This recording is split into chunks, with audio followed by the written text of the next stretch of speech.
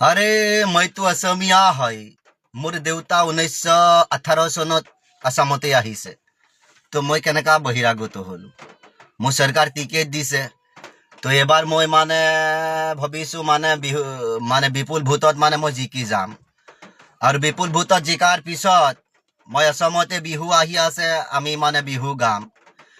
হৰে কলিক তকিয়ে গাছে বনে লাগালে মাত। ওরে আমি হলো বহিরাগত অসমিয়ার জাত। ও কহি খাবো ওলাইছু অসমিয়া জাতি রে, মুখর আগর খাওয়া খাওয়া ভাত। এ অসমিয়া জাতিকে ফসাম, এ বহিরাগতকে বসাম। এ সিদ্ধার্থ শর্মা জেলতে আসে, তাকনু কেনেকৈ ওলাম। এইবিলাক চিন্তা কৰি দিলু 10 কোটি। তাৰে পিছতে বিজেপি চৰকাৰে টিকেট দি দিছে। জাননে আমাকে ৰাইজে ভোট দি জিকাই দিব। এ রাজা আমার পাজা আমার, এ নেতা আমার জোতা আমার। আরে আইন প্রশাসন সকলো আমার। এবার আহিছে বাহাগ। এ জুবিন গাৰ্গৰ আদৰ্শ আমিও মানো। সেই কাৰণে জুবিন গাৰ্গৰ নামত এইখন বিহুকে গলো। ও ৰাইজে অদৰি ল'ব আমাক অসমীয়া বুলি। ওই অসমীয়াক আমি পগলা বুলি ভাবো, হয়নে? অসমীয়াই টিকেট নাপালে, বহিৰাগতই পালে। অসমীয়াৰ অস্তিত্ব হেৰালে, আজিলৈকে ন্যায় পোৱাৰ কোনো সুযোগেই নাপালে। গতিকে অসমীয়া এই ন্যায় বিচাৰি থকাসকলে যদি টিকেট পাই যায়, জুবিন গাৰ্গৰ ন্যায় বিচাৰিব। গতিকে এওঁলোকৰ বহিৰাগতক লগাই জুবিন গাৰ্গৰ হত্যা কৰোৱা হৈছে। আৰু আজি বহিৰাগতক টিকট নিদিব কিয়? কিয়নো ইমান ডাঙৰ কাম কৰি দিছে, ইমান ডাঙৰ এটা সাহসী কাম। যি জুবিন গাৰ্গক তই বুলি ক'বলৈ অসমীয়াই সাহস কৰা নাছিল, তেনে জুবিন গাৰ্গক বহিৰাগতৰ হাতত মৃত্যু ঘটিল। আৰু আমি কি কৰিছো? গধূলি মদ খাবলৈ অকণমান টকা পাই বা দি আছো এই হত্যাকাৰী দলক। Justice for Zubeen Garg. No বহিরাগত, no Bharatiya Janata party. This is a বহিরাগত জনতা পার্টি। দিস ইজ এ বিদেশি জনতা পার্टी। ओके, नेक्स्ट सरकार बदलना पड़ेगा, तब जुबिन गर्ग को न्याय मिलेगा और उसका आत्मा को शांति मिलेगा। इसीलिए बोला कि ये जो बहिरागत जिस को टिकट मिला है, जिस विधायक बनने वाला है, उन लोगों को मुंह पे असम का लोगों ने थू मारो।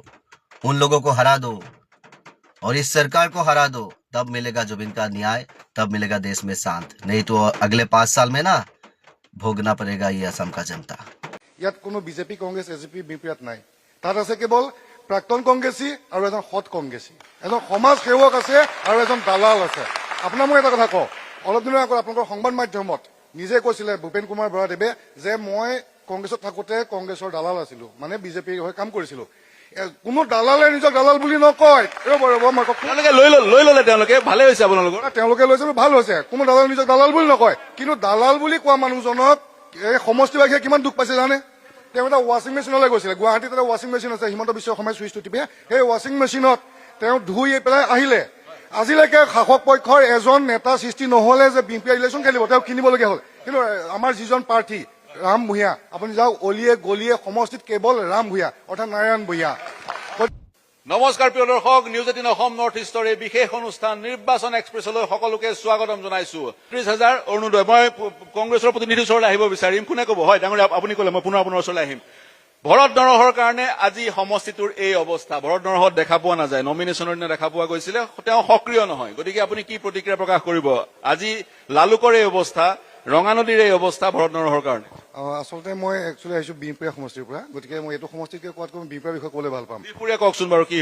নিশ্চয় মই বিহপুৰীয়া কম, কিন্তু তাৰ আগতে মই যি উত্তৰটা দিন অলপ ভুল হ'ব। উত্তৰটা দিওঁ যে অলপ আগত শাসক পক্ষ এজনে কৈছিলে মুখ্যমন্ত্ৰীয়ে যি কয় তাকে কৰে। মই তেখেতক সুধিব বিচাৰিছো, তেওঁ অকল এটা প্ৰশ্নই কওক যে গুৱাহাটীত টুইন টাৱাৰ এটা আছে, ক'ত তেওঁ নিশ্চয় গৈছে চাগে, ফটোটো আমালৈ পঠাই দিবচোন, গুৱাহাটীত চাই ল'ম। মুখ্যমন্ত্ৰীয়ে কৈছিল গুৱাহাটীৰ প্ৰসংগ। হয়, এতিয়া আপুনি বিহপুৰীয়া আৰু ৰঙানদী। এতিয়া বিহপুৰীয়াৰ কথা কওঁ যে বিহপুৰীয়াত এইবাৰ যিহেতু দলীয় বা পাৰ্টি কেন্দ্ৰিক নহয়, এবাৰ পাৰ্টি কেন্দ্ৰিকহে হ'ব, পাৰ্টি কেন্দ্ৰিক নহয়। ইয়াত কোনো বিজেপি কংগ্ৰেছ এজেপি বিহপুৰীয়াত নাই। তাত আছে কেৱল প্ৰাক্তন কংগ্ৰেছী আৰু এজন সৎ কংগ্ৰেছী, এজন সমাজ সেৱক আছে আৰু এজন দালাল আছে। আপোনাক মই এটা কথা কওঁ, অলপ দিনৰ আগত আপোনালোকৰ সংবাদ মাধ্যমত নিজে কৈছিলে ভূপেন কুমাৰ বৰাদেৱে যে মই কংগ্ৰেছত থাকোঁতে কংগ্ৰেছৰ দালাল আছিলো, মানে বিজেপিৰ হৈ কাম কৰিছিলো। কোনো দালালে নিজক দালাল বুলি নকয়। ৰ'ব মই কওঁ, তেওঁলোকে লৈ ললে তেওঁলোকে ভালে হৈছে আপোনালোকৰ। তেওঁলোকে লৈছে ভাল হৈছে, কোনো দালাল নিজক দালাল বুলি নকয়। কিন্তু দালাল বুলি কোৱা মানুহজনক এই সমষ্টিবাসীয়ে কিমান দুখ পাইছে জানে? তেওঁ এটা ৱাশ্বিং মেচিনলৈ গৈছিলে, গুৱাহাটীত এটা ৱাশ্বিং মেচিন আছে, হিমন্ত বিশ্ব শৰ্মাই চুইচটো টিপে, সেই ৱাশ্বিং মেচিনত তেওঁ ধুই পেলাই আহিলে। আজিলৈকে শাসক পক্ষৰ এজন নেতা সৃষ্টি নহলে যে বিএনপি ইলেকশ্যন খেলিব, তেওঁ কিনিবলগীয়া হ'ল। কিন্তু আমাৰ যিজন প্ৰাৰ্থী ৰাম ভূঞা, আপুনি যাওক অলিয়ে গলিয়ে সমষ্টিত কেৱল ৰাম ভূঞা অৰ্থাৎ নাৰায়ণ ভূঞা। এতিয়া মোৰ চাই শেষৰটো মন্তব্য লওঁ। হয় ৰ'ব, লৈ লওঁ, এওঁ ক'লে মই কংগ্ৰেছৰ পৰা লৈ লওঁ। হয় হয়, কি ক'ব? মোৰ চাগৈ এইটো অন্তিমটো মন্তব্য, অনুষ্ঠানৰ মুখনি মাৰিব লাগিব। হয় নিশ্চয়। মই প্ৰথমে এটা কথা কওঁ যে এটা কথা নকলে বেয়া হ'ব যে 70 বছৰ কংগ্ৰেছে কি কৰিছিল বুলি সুধি আছে। ইয়াত নিশ্চয় 15 বছৰতকৈ বেছি বয়সৰ মানুহ আছে, 15 তলতো নাই। 15 বছৰ বিজেপিয়ে কৰিছে। ইয়াত মই যিখন স্কুল পঢ়িছো, অৰ্থাৎ তেওঁলোকেও হ'ব, সেইখন কংগ্ৰেছে বনোৱা, LP স্কুল, ME স্কুল কংগ্ৰেছে বনোৱা, হাইস্কুল কংগ্ৰেছে বনোৱা, সেই কলেজ কংগ্ৰেছে বনোৱা য'ত মই পঢ়িছিলো। কংগ্ৰেছে এটা গৌৰৱ গগৈ কোন? ন্যায়ালয়ে কোন তাৰিখে বিচাৰ দিবলৈ ক'বলৈ? গৌৰৱ গগৈ কি সুপ্ৰিম কোৰ্টৰ চিফ জাষ্টিচ নেকি? নে গৌৰৱ গগৈ হাইকোৰ্টৰ চিফ জাষ্টিচ? তেওঁ ক'ত অধিকাৰ পালে ন্যায়ালয়ৰ ওপৰত মাত মাতিবৰ কাৰণে? মই ভাবোঁ ন্যায়ালয়ে এইটো চৌমতক কেছ ল'ব লাগে কংগ্ৰেছৰ ওপৰত। নিশ্চিতভাৱে জুবিন গাৰ্গ ডাঙৰীয়া যেতিয়া মৃত্যু হৈছিলে সেই সময়ত মই কংগ্ৰেছত আছিলোঁ। কংগ্ৰেছেও যেনেকৈ জুবিন গাৰ্গৰ হত্যাৰ পুংখানুপুংখ তদন্ত বিচৰা হৈছিলে, তেনেকৈ বিজেপিয়েও কৈছিলে যে আমি পুংখানুপুংখ তদন্ত কৰিম। তাৰপিছত তৎকালীনভাৱে চাৰ্জশ্বিট দিয়া ব্যৱস্থা হ'ল। জুবিন গাৰ্গৰ যেতিয়া তিথিবিলাক আহিছিলে, তিথিবিলাকত সকলো ৰাজনৈতিক দল মত নিৰ্বিশেষে অসমৰ ৰাইজে তেওঁৰ মৃত্যু তিথি, তেওঁৰ জন্মতিথি আয়োজন কৰিছিলে আৰু বিজেপি দলেও ৰক্তদান কৰিছিলে। গতিকে আপুনি ৰক্তদানটোতকৈ মহান দান একো নাই। মই কংগ্ৰেছত থাকোঁতে ময়ো লখিমপুৰত চবতছে ডাঙৰকৈ তেওঁৰ মৃত্যু মাহেকীয়া তিথিটো মই আয়োজন কৰিছিলোঁ। গতিকে জুবিন গাৰ্গৰ মৃত্যুক লৈ ৰাজনীতি হ'ব নোৱাৰে। জুবিন গাৰ্গৰ মৃত্যুৰ তদন্ত প্ৰতিজন অসমীয়াই বিচাৰে, স্বয়ং মুখ্যমন্ত্ৰীয়ে বিচাৰে, গৰিমা গাৰ্গ ডাঙৰীয়ানে বিচাৰে আৰু চাৰ্জশ্বিট চৰকাৰে দিছে। এতিয়া বিচাৰলৈ ন্যায়াধীন বিষয়, তাত গৌৰৱ গগৈ কেনেকৈ বিচাৰ দিব? যিটো চাব জুডিচ matter, who is Gaurav Gogoi? Gaurav Gogoi কোন? ন্যায়ালয়ে কোন তাৰিখে বিচাৰ দিবলৈ ক'বলৈ? গৌৰৱ গগৈ কি সুপ্ৰিম কোৰ্টৰ চিফ জাষ্টিচ নেকি? নে গৌৰৱ গগৈ হাইকোৰ্টৰ চিফ জাষ্টিচ? তেওঁ ক'ত অধিকাৰ পালে ন্যায়ালয়ৰ ওপৰত মাত মাতিবৰ কাৰণে? মই ভাবোঁ ন্যায়ালয়ে এইটো চৌমতক কেছ ল'ব লাগে কংগ্ৰেছৰ ওপৰত, যে কংগ্ৰেছে কেনেকৈ ক'লে এখন, তাৰমানে court will be control by Congress.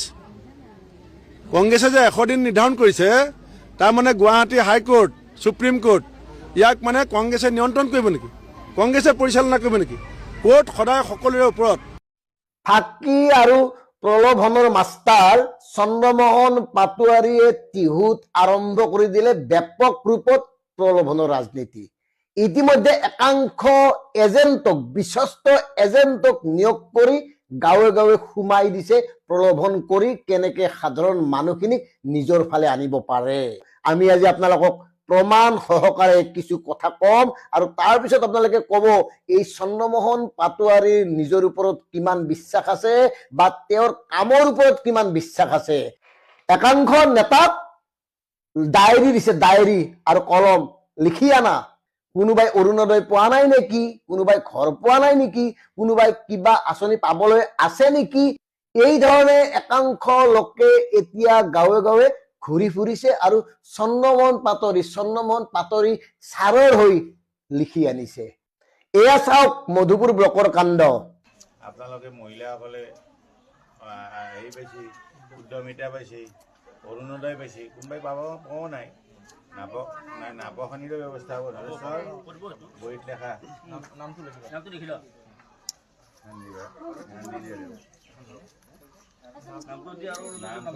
Phone number লিখিবা, একেলগে লিখিবা, কি কি বনাই লিখি লওক।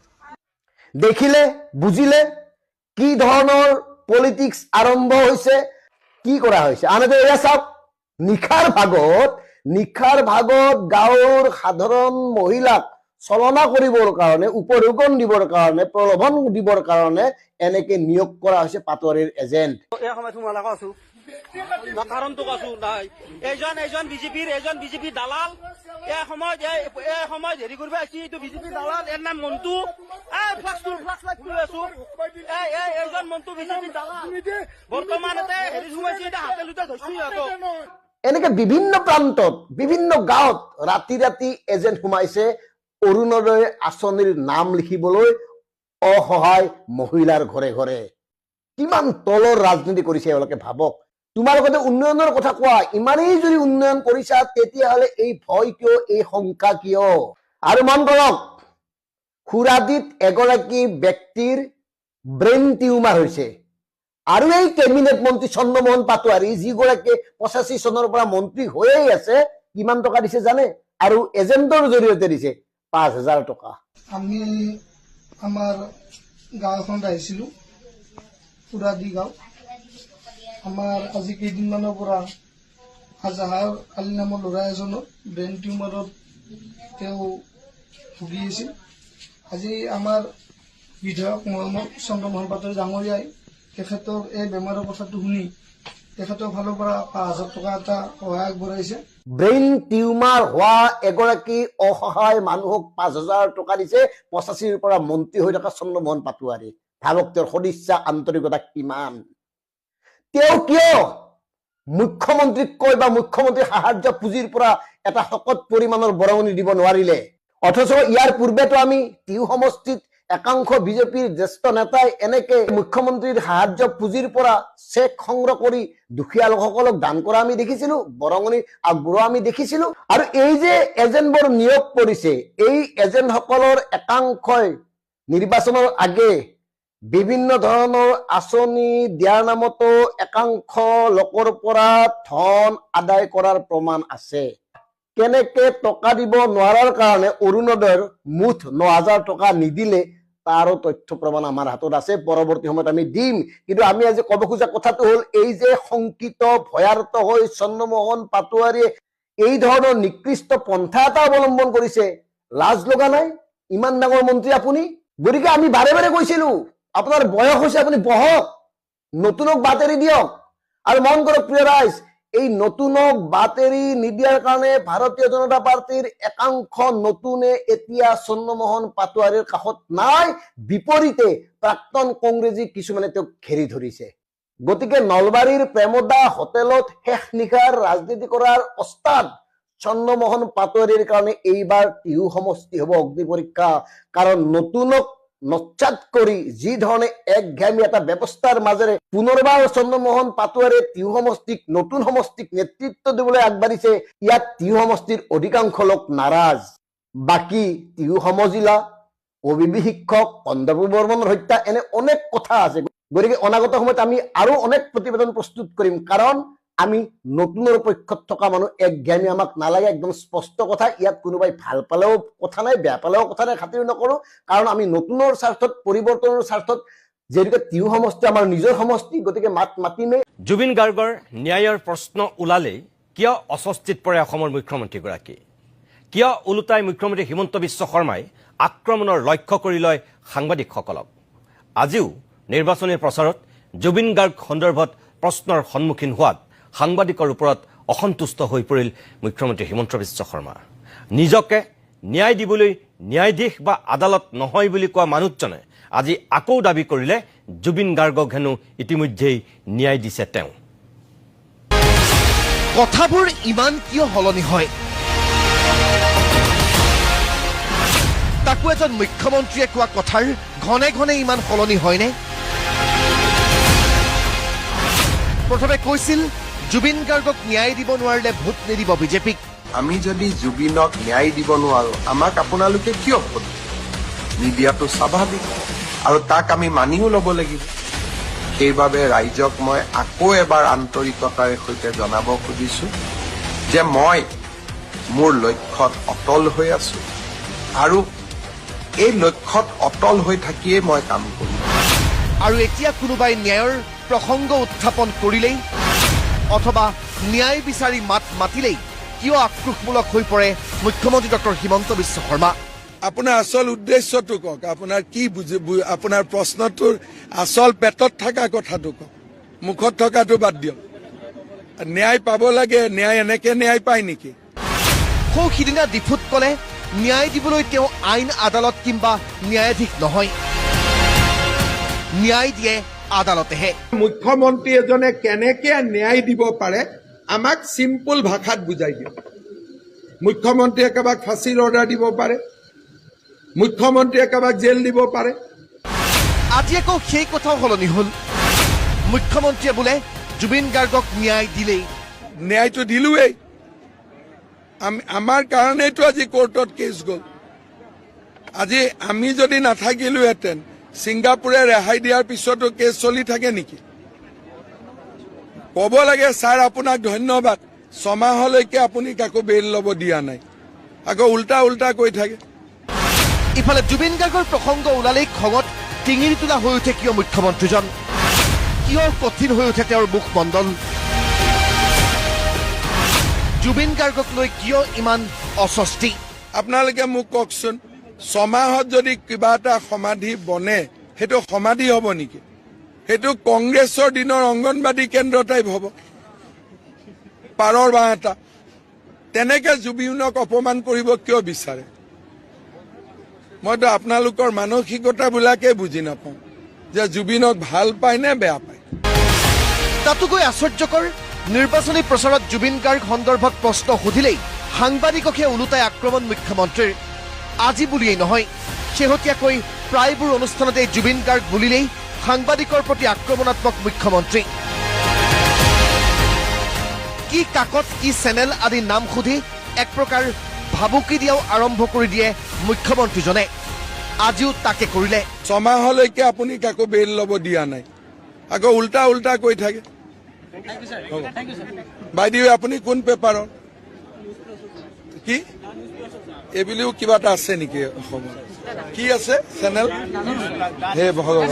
জন আশীৰ্বাদ যাত্ৰাত মুখ্যমন্ত্ৰীৰ সেই হিংসুক ৰূপো মানুহৰ অচিনাকি নহয়।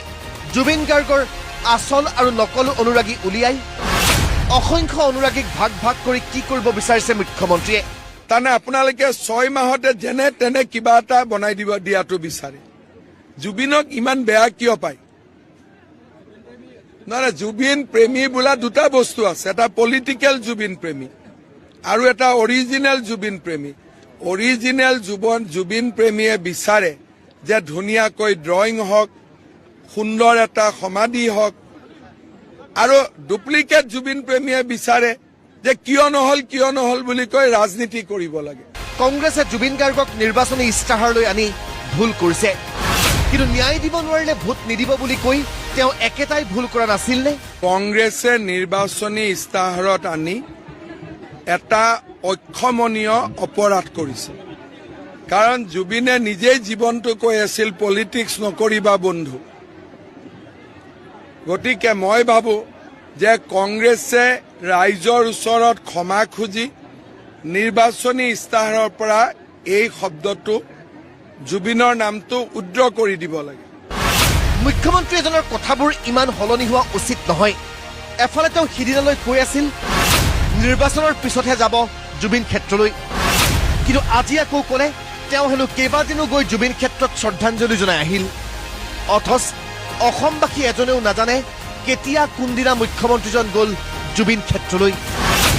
মুখ্যমন্ত্ৰী যাব আৰু মানুহে গম নাপাব, ইমান সহজ নে? তিতাবৰৰ যি ৰাজনৈতিক বাতাবৰণ, সেই ৰাজনৈতিক বাতাবৰণ ইতিমধ্যে সকলোৱে গম পাইছে। আৰু তিতাবৰ সমষ্টি এনে এটা সমষ্টি যিটো সমষ্টিত প্ৰাক্তন মুখ্যমন্ত্ৰী প্ৰয়াত তৰুণ গগৈদেৱৰ সমষ্টি, আৰু সেই সমষ্টিটো আকৰ্ষণৰ যে কেন্দ্ৰবিন্দু সেয়া সকলোৱে জানে। সেই সমষ্টিটোত তৰুণ গগৈদেৱৰ মৃত্যুৰ পিছত ভাস্কৰ বৰুৱাই প্ৰতিনিধিত্ব কৰিছিল, আৰু ভাস্কৰ বৰুৱাৰ প্ৰতি ৰাইজৰ যি মৰম আৰু আস্থা সেয়া কেনেদৰে বিগত সময়ত আমি দেখিবলৈ পালো, সকলোৱে গম পালে। ভাস্কৰ বৰুৱা কেৱল তিতাবৰ সমষ্টিৰে নহয়, বিধানসভাত সক্ৰিয়ভাৱে মাত মাতিব পৰা, বিধানসভাত যুক্তিৰে কথা ক'ব পৰা এগৰাকী দক্ষ বিধায়ক, আৰু তেনেকুৱা এগৰাকী বিধায়ক সমষ্টিবাসী পোৱাটোৱে অতি গৌৰৱৰ বিষয়, আৰু সেইবাবে ভাস্কৰ বৰুৱাৰ কাষলৈ আমি আহিছো। তিতাবৰ সমষ্টিৰ যি ৰাজনৈতিক এই মুহূৰ্তৰ পৰিস্থিতি, এফালে বিজেপি, এফালে কংগ্ৰেছ, আনফালে ৰাইজৰ মৰমত আপুনি উঠিছে, ৰাইজৰ আগ্ৰহত আপুনি উঠিছে, আৰু আপুনি কেনেদৰে যুঁজখন দিবলৈ সক্ষম হ'ব?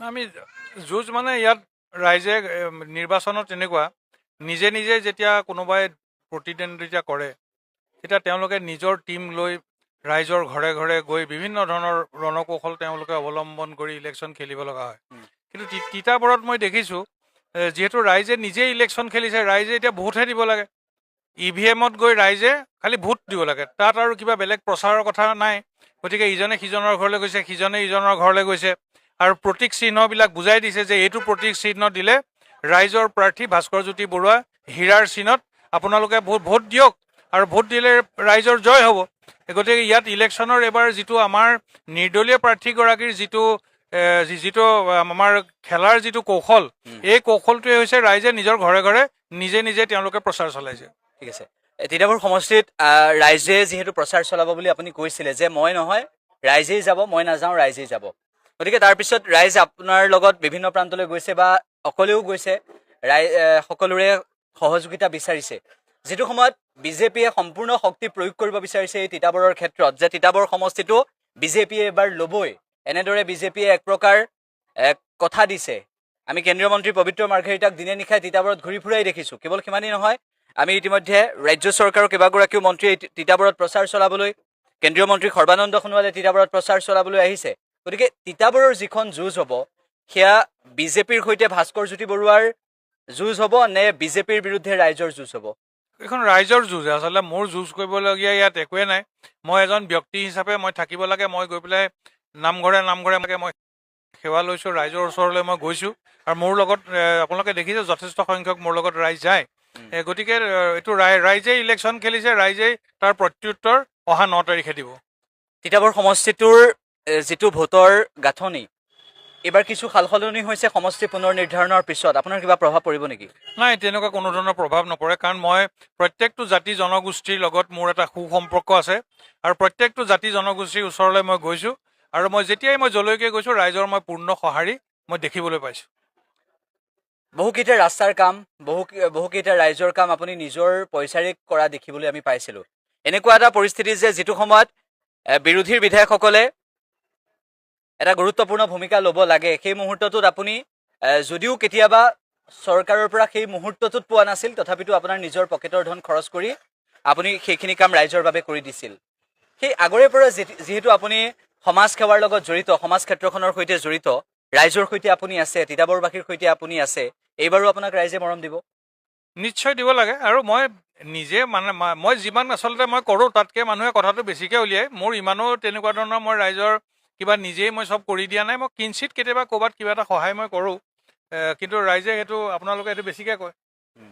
ইমানো মই নাই কৰা মই আপোনাক বহুদিনৰ পৰা যিহেতু পাইছোঁ বা ৰাজনৈতিক ক্ষেত্ৰখনত আপোনাক দেখিছোঁ বিধানসভাৰ আপোনাৰ বক্তব্যও শুনিছোঁ আৰু বিধানসভাত আপোনাৰ যিখিনি সবল যুক্তি আপোনাৰ যি কথা কোৱাৰ শৈলী সেয়া শলাগিবলগীয়া আৰু অসম বিধানসভাত এনেকুৱা এগৰাকী বিধায়ক আছে মই কাষৰ সমষ্টি এটাৰ কথাই ক'ব বিচাৰিছোঁ কাষৰ সমষ্টিটোৰ প্ৰেক্ষাপটত যেনেদৰে বিধায়কগৰাকীয়ে বক্তব্য ৰাখে তাৰ সম্পূৰ্ণ এটা সুস্থ ৰূপত আপুনি বক্তব্য ৰাখে আৰু যিটো বক্তব্য শুনি মানুহে ভাল পায় আপুনি সংবাদ মাধ্যমত কথা কওঁতেও যিখিনি কথা কয় গতিকে আপোনাৰ কথাৰ কোৱাৰ শৈলী আৰু আপোনাৰ কাম কৰাৰ যিটো আগ্ৰহ আৰু এগৰাকী জনপ্ৰতিনিধি হিচাপে যিখিনি দায়িত্ব তিতাবৰখনক আৰু আগুৱাই নিব লাগিব বহু ৰাস্তা পথ এতিয়া লাহে লাহে বেয়া হৈছে গতিকে এইখিনি কথাত আপুনি নিশ্চয় এবাৰ গুৰুত্ব দিব মই নিশ্চয় এতিয়া মই বিশেষকৈ সদায় মই বিধানসভাতো কৈছিলোঁ যে অসমৰ উন্নয়ন যদি আমি গ্ৰাম্য অঞ্চলৰ ৰাস্তাবিলাক বনাওঁ গ্ৰাম্য অঞ্চলৰ ৰাস্তাবিলাক বনালেহে অসমৰ প্ৰকৃতাৰ্থত উন্নয়ন হ'ব ইতিমধ্যে আমাৰ মেইন ৰাস্তাবিলাক তিতাবৰত আমি কৰিলোঁ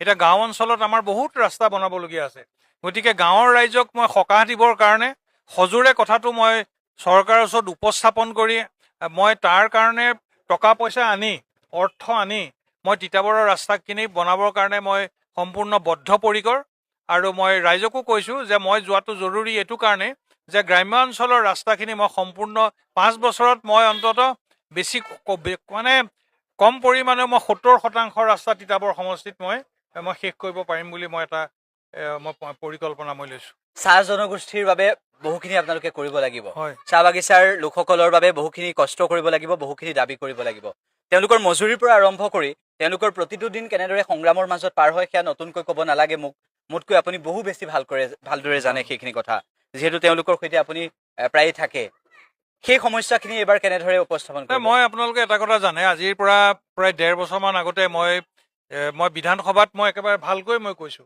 যে চাহ বাগানৰ আমাৰ যিখিনি আমাৰ ৰাস্তা বাকী থাকি গ'ল তাৰ কাৰণে চৰকাৰে পুঁজি দিব লাগে। আৰু সেইদিনাখনে মই স্মাৰ্ট মিটাৰৰ ওপৰত এটা মই কথা কৈছিলোঁ, কেনেকৈ ৰাতি হঠাতে ভাত খাই থাকোঁতে এটা পৰিয়ালৰ লাইন গুচি যায়, তেওঁলোকে অন্ধকাৰত থাকিবলগীয়া হয়, ৰিচাৰ্জ কৰিবলৈ তেওঁলোকৰ পইচা নাথাকে। এই গোটেই কথাখিনি বিস্তৃতভাৱে আলোচনা কৰিছিলোঁ। আৰু বিশেষকৈ মই বনোৱাৰ লাইনৰ ৰাস্তাবোৰ মই বনোৱাৰ কথা মই উপস্থাপন কৰিছিলোঁ। কিন্তু মই দেখিলোঁ পৰৱৰ্তী সময়ত আমাৰ চৰকাৰে বাগানৰ কাৰণে বহুতখিনি টকা তেওঁলোকে প্ৰতিখন বাগানৰ কাৰণে 1 কোটিকৈ দিয়াৰ কাৰণে আজি তিতাবৰ সমষ্টিৰ বহুত বাগানত ৰাস্তাখিনি কিন্তু হ'ল। এইখিনি কথা মজদুৰ ৰাইজে উপলব্ধি কৰে। স্মাৰ্ট মিটাৰৰ কথাটো অকণমান খেলি মেলি হৈ আছে।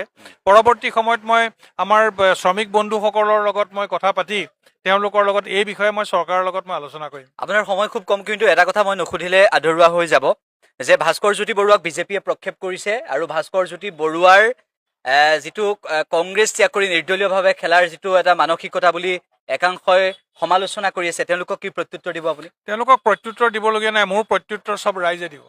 কাৰণ মোৰ যিটো প্ৰেক্ষাপট চব টিভিৰ আগত চব কেমেৰাত ৰেকৰ্ড হৈ আছে, গতিকে তাৰ প্ৰত্যুত্তৰ ৰাইজে দিব। কংগ্ৰেছ দলটো তিতাবৰত যথেষ্ট শক্তিশালী, কংগ্ৰেছৰ দুৰ্গ বুলি কোৱা হয়। কংগ্ৰেছৰ দুৰ্গৰ সমান্তৰালভাৱে এগৰাকী ব্যক্তিৰ যিটো ব্যক্তিত্ব সেয়া তিতাবৰৰ ৰাইজৰ মাজত কিমান জনপ্ৰিয় আপুনি সেয়া প্ৰমাণ কৰিলে 5টা বছৰত। যদিও বহুখিনি কাম আধৰুৱা হৈ ৰৈ গৈছে, আপুনি সেইখিনি কৰিবৰ বাবে এইবাৰ আকৌ এবাৰ থিয় দিছে ৰাইজৰ স্বাৰ্থত। গতিকে তিতাবৰবাসীৰ ৰাইজক এই অনুষ্ঠানৰ জৰিয়তে আপুনি কি আহ্বান জনাব? ৰাইজক মই আজি যিহেতু নিৰ্বাচনী বতৰ, গতিকে তেওঁলোকৰ বহুমূলীয়া ভোট হীৰাৰ চিনত তেওঁলোকে ভোটটো দিব লাগে আৰু ৰাইজৰ প্ৰক্ষেপিত পাৰ্টি ভাস্কৰ জ্যোতি বৰুৱাক অভিলেখ সংখ্যক ভোটত জিকাব লাগে। আপোনালোকে এটা কথা ভাবিছেনে? কাকদিনা ডোঙা নিচিনা নৈখনত, সৰু নৈখনত বিশাল সাগৰ আকৃতিৰ কংগ্ৰেছ ধৰিবনে বাৰু? তেখেতে কংগ্ৰেছত ভোগ দখল কৰি হিমালয় সদৃশ ধন সম্পদ গোটাই যোৱা মানুহজনীয়ে কংগ্ৰেছত এটা পৰিচয় পোৱাৰ পিছত কংগ্ৰেছৰ মহিমা আৰু কংগ্ৰেছৰ বিশালতাক বুজি নাপালে। আমি কংগ্ৰেছক ব্ৰহ্মপুত্ৰত পেলাই দিলেও নধৰে। সাগৰখন ব্ৰহ্মপুত্ৰত ধৰিব নেকি? কাকডোঙা কথা ক'লে ভুল হয় নে নহয় কওকচোন? তেওঁ যিকেইটা ৰাস্তা বনাইছিলে, অজন্তা নেওগে যিকেইটা ৰাস্তা বনাইছিলে, সেই ৰাস্তাকেইটা তেওঁ প্ৰথম মন্ত্ৰিত্ব হওঁতে বনাইছে নেকি? নে দ্বিতীয়ত হওঁতে, তৃতীয়ত হওঁতে বনাইছে? সেইকেইটা কংগ্ৰেছৰ দিনত বনোৱা। তেওঁ নতুন ৰাস্তা এটা ক'ত বনালে মোক কওকচোন? হাবি ভাঙি মাটি উঠাই এটা নতুন ৰাস্তা ক'ত বনালে অজন্তা নেওগে মোক আপোনালোকে দেখুৱাই দিয়ক। কংগ্ৰেছে বনোৱা ৰাস্তাটোতে এটা প্ৰলেপ দি কমিশ্যন খাইছে। তেখেতসকলে আজিকালি কমিশ্যন খাবলৈ কাম কৰে, 10% কমিশ্যন। জল জীৱন কোটি কোটি টকা আনিলে পানী নোলায়। আজি ক'ত পানী ওলোৱা দেখিছে? ৰাইজে শ্লোগান দিছে নল আছে জল নাই। চৰকাৰী টকা অপচয় কৰা নাই নেকি? গতিকে তেখেতৰ ভুল কথাটো আপোনালোকে ধৰি আছে। এইটো ভুল বাৰ্তাটো কিয় দিছে আপোনালোকে ক'ব লাগে যে অজন্তা নেওগে এটা ভুল কথা কৈছে। ভুল কথা হয়নে নহয়? কংগ্ৰেছৰ নিচিনা সাগৰসম এটা দলক কাকডিঙত উটুৱাই দিব, এইখন সাম্যক জ্ঞান নাই অজন্তা নেওগৰ। মই ধিক্কাৰ দিছোঁ তেখেতক। হিমন্ত বিশ্ব শৰ্মাৰ সেই সৰু ল'ৰাটোৰ 18টা কোম্পানী আছেনে নাই? তেওঁলোকে সোণৰ চামুচ লৈ চুকাফাৰ নিচিনাকৈ সোণৰ জখলাই দি পাতকাই দি নামি আহিছিলে নেকি? অজন্তা নেওগে ইয়াৰ টকাৰে আমাৰ তেজ উহি পেলাই ল'ৰাকেইটাৰ নামত কোম্পানী বনাইছে, সম্পত্তি বনাইছে। গতিকে এই কথাটো আপোনালোকে মোতকৈ ভালকৈ জানিব। আৰু সংবাদ মাধ্যমত এইটো প্ৰকাশ পাই আছে। ময়ো কোৱা শুনিছোঁ বহু বিল্ডিং আছে, ভাৰতবৰ্ষৰ বিভিন্ন ঠাইত সম্পত্তি আছে। আৰু তেখেতসকলে এটা বিল্ডিঙৰ মূল্য 120 কোটি টকা বুলি কৈছে। গতিকে টকাবোৰ ক'ব পালে? মোৰ এটা ডাঙৰ প্ৰশ্ন আপোনালোকৰ প্ৰতি, যিগৰাকী মানুহে 25 বছৰত বিধানসভাত নাগালেণ্ডৰ সীমা সমস্যাৰ কথাটো ক'ব নালাগে। আপোনালোকৰ মেৰাপানীত এতিয়া এটা গুলি ফুটিলে ছাটাৰ নেপুলকে জীৱনটো ইয়াত থৈ দেহাটো এইফালে পলাব লগা অৱস্থা হয়নে নহয়? এতিয়া ফুটহিলছত 2টা গুলি ফুটকচোন, আপোনালোকৰ মেৰাপানী ছাটাৰ নেপুলকে চব পলাই যাব। অজন্তা নেওগে 25 বছৰত এটা সীমা সমস্যাৰ কথা উত্থাপন কৰিছিলে নেকি বিধানসভাত? আপোনালোকে জানেনে? এই যে 25 বছৰত আমাৰ ইয়াৰ পট্টাৰ কথা ডিফৰেষ্ট কৰিব লাগে কথাটো ক'লে নেকি? নাই কোৱা। কিন্তু তেখেতে কেনেকৈ গম পালে যে 120 কোটি টকীয়া মূল্যৰ সম্পত্তি বিধে বিধে অসমৰ ভাৰতৰ বিভিন্ন ঠাইত কৰিব লাগে, হাজাৰ হাজাৰ কোটি টকা আত্মসাৎ যদি নেজানে কেনেকৈ কৰিলে?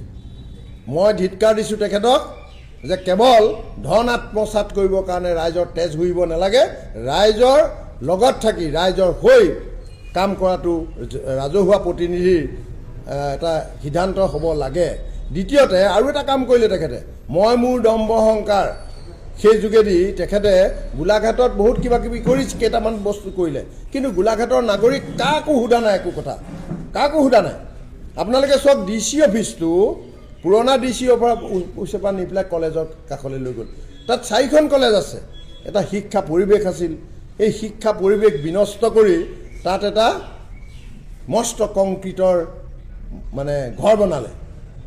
মোক উন্নয়ন লাগে, আমাক সকলোকে উন্নয়ন লাগে, সকলোকে সুন্দৰ সুন্দৰ ঘৰ লাগে, কিন্তু এনেকুৱা জেগাত বনাওক যে য'ত সেই অফিচটো বনালে সকলোৰে সুবিধা হয়। কিয় তেখেতে পুৰণা কোৰ্ট বিল্ডিংটো ভাঙি তাতে 7মহলীয়া 8মহলীয়া কৰি গোলাঘাটৰ কথা বতৰা পাতিবৰ কাৰণে DC অফিচটো বনাব নোৱাৰিলে? এতিয়া দুটা কথা হৈছে, এটা হৈছে তাৰ শিক্ষা বিনষ্ট হৈছে। মই 23 তাৰিখে মনোনয়ন দিবলৈ গৈছোঁ, গোটেই ছাত্ৰ ছাত্ৰীসকলে ৱালত আহি গেটৰ মুখত আহি ৰাইজক চাইছেহি, উৎসুকতাৰে চাইছে কি হৈছে। শিক্ষা নাই, তাত শিক্ষা ল'ব পৰা পৰিৱেশ নাই। DC অফিচলৈ ডাইৰেক্ট ডেইলি 1000 মানুহ যাব, গাড়ী গুড়া গৈ হৰ্ণ বজাব, হুলস্থুল কৰিব, তাত পৰিৱেশ নাইকিয়া। তেখেতক কোনে পাৰ্মিশ্যন দিলে যে আমাৰ ভৱিষ্যত নিৰ্মাণ কৰা সেই জেগাকেইটা অশান্তি সৃষ্টি কৰিবৰ কাৰণে? তেওঁ কি কৰিলে? টকা বেছিকৈ পাছ কৰিব লাগিব, গোলাঘাটৰ সেই পুৰণা DC অফিচটো বনালে, ইমানখিনি কৰিব নোৱাৰাৰ কাৰণে তাত কৰি পেলাই কমিশ্যনটো ল'লে। দ্বিতীয়তে আৰু এটা কথা হ'ল, আপোনালোকে ক'ব এই কথাখিনি যে আমি মেৰাপানীৰ পৰা গোলাঘাট যাওঁ, এটা ভাড়া লাগে, আমি বাছ ষ্টেণ্ডত নামি খোজকাঢ়ি পেলাই DC অফিচলৈ যাওঁ নে নাযাওঁ? এতিয়া গোলাঘাটৰ বাছ ষ্টেণ্ডত নামি আকৌ 60 টকা পইচা খৰচ কৰি কোৰ্টলৈ DC অফিচলৈ যাব লাগিব নাই? এই পইচাবোৰ ডেইলি কোনে ভৰিব? এই পইচাবোৰ দৈনিক যি পইচা ৰাজহুৱা পইচা লাগিব, এই পইচাখিনি বাইদেউ দিব নেকি? তাত এটা ডাঙৰ ঘৰ বনালে বুলি তালৈ আমি যাব লাগিব, কিন্তু আমাৰ পকেটৰ আমি সেই যে দৈনিক 60 টকা 70 টকা লাগিব, এই পইচাটো 1000 মানুহ যদি DC অফিচলৈ যায় ডেইলি কিমান টকা লাগিব চাওকচোন। বিপৰীতে এই যে আমাৰ বাৰখন আছে, গোলাঘাটৰ উকিল সন্থা আছে, উকিল সন্থাৰো কাম বহুত থাকে জনসম্পৰ্ক কৰাৰ সময়ত, বা জনতাই তেখেতসকলৰ জৰিয়তে DC অফিচত কাম কৰে। আজি বাৰ উকিল সন্থাটো থাকিব পুৰণা ঠাইডোখৰতে, DC অফিচ হৈছে 1-1.5 কিলোমিটাৰ দূৰত, গতিকে তালৈকে আমি সেই অধিবক্তাসকলক লৈ যোৱাটো এটা কষ্ট হয়নে নহয়? খৰচা এটা বাঢ়িব নে নাহিব? সেই কথাবোৰ কোনে ক'ব? বাইদেৱে সেই কথাখিনি গোলাঘাটৰ জ্যেষ্ঠ নাগৰিকসকলৰ লগত সুধিব লাগিছিলে নাই? গতিকে মই ভাবিছোঁ তেখেতে এফালৰ পৰা আমাক লুটি পুতি নি তেখেতৰ সম্পত্তি বঢ়াইছে, দ্বিতীয়তে তেখেতে আমাক গোলাঘাটীয়া ৰাইজক মূৰত মাধমাৰ সুদাই ভৱিষ্যতে কেতিয়াও উঠিব নোৱাৰাকৈ এক ব্যৱস্থা প্ৰস্তুত কৰি থৈ গৈছে।